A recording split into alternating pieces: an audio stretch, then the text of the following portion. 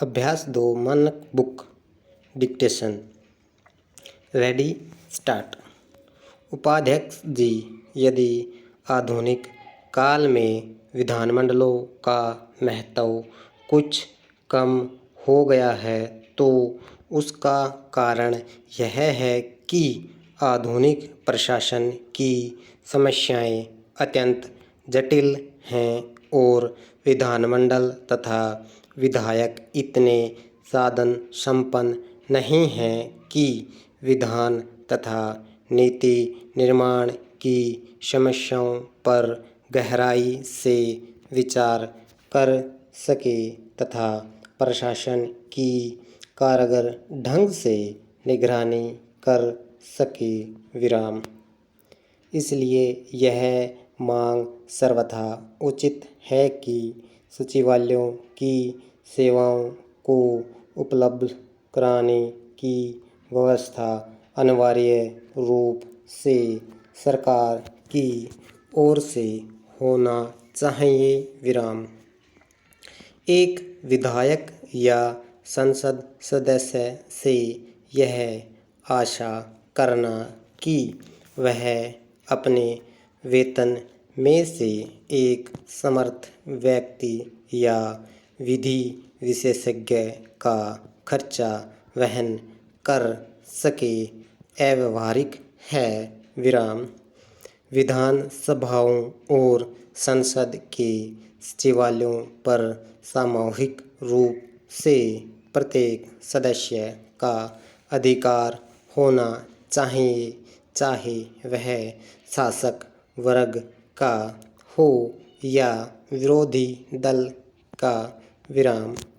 इस सिलसिले में आयोजित गोष्ठी में एक सदस्य ने यह भी सुझाव दिया है कि सदस्य केवल विधायकों की भूमिका दें और इस ढांचे को भरने का पूरा उत्तरदायित्व सचिवालय ले। विराम।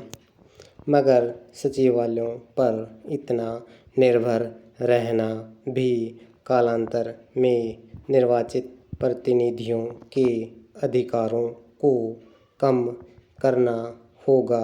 विराम। स्टैंजा।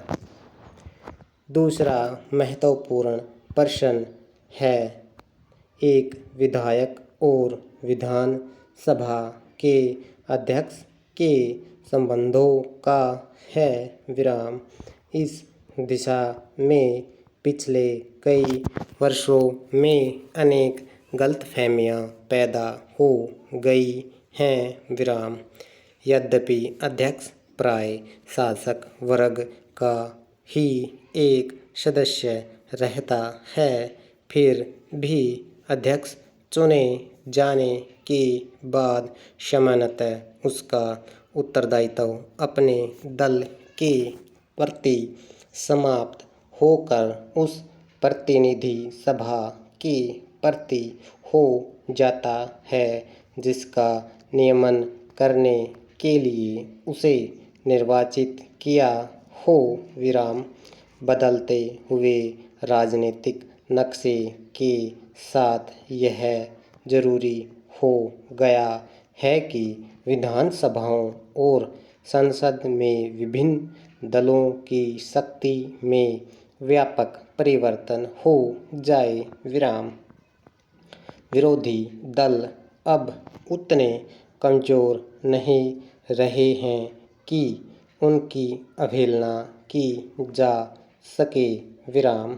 मगर साथ ही उनकी संख्या इतनी ज़्यादा है और विचारधाराएं इतनी भिन्न हैं कि उनके लिए संसद और अनेक विधानसभाओं के बीच कोई प्रभावशाली और रचनात्मक कदम उठाने की हिम्मत नहीं है। विराम।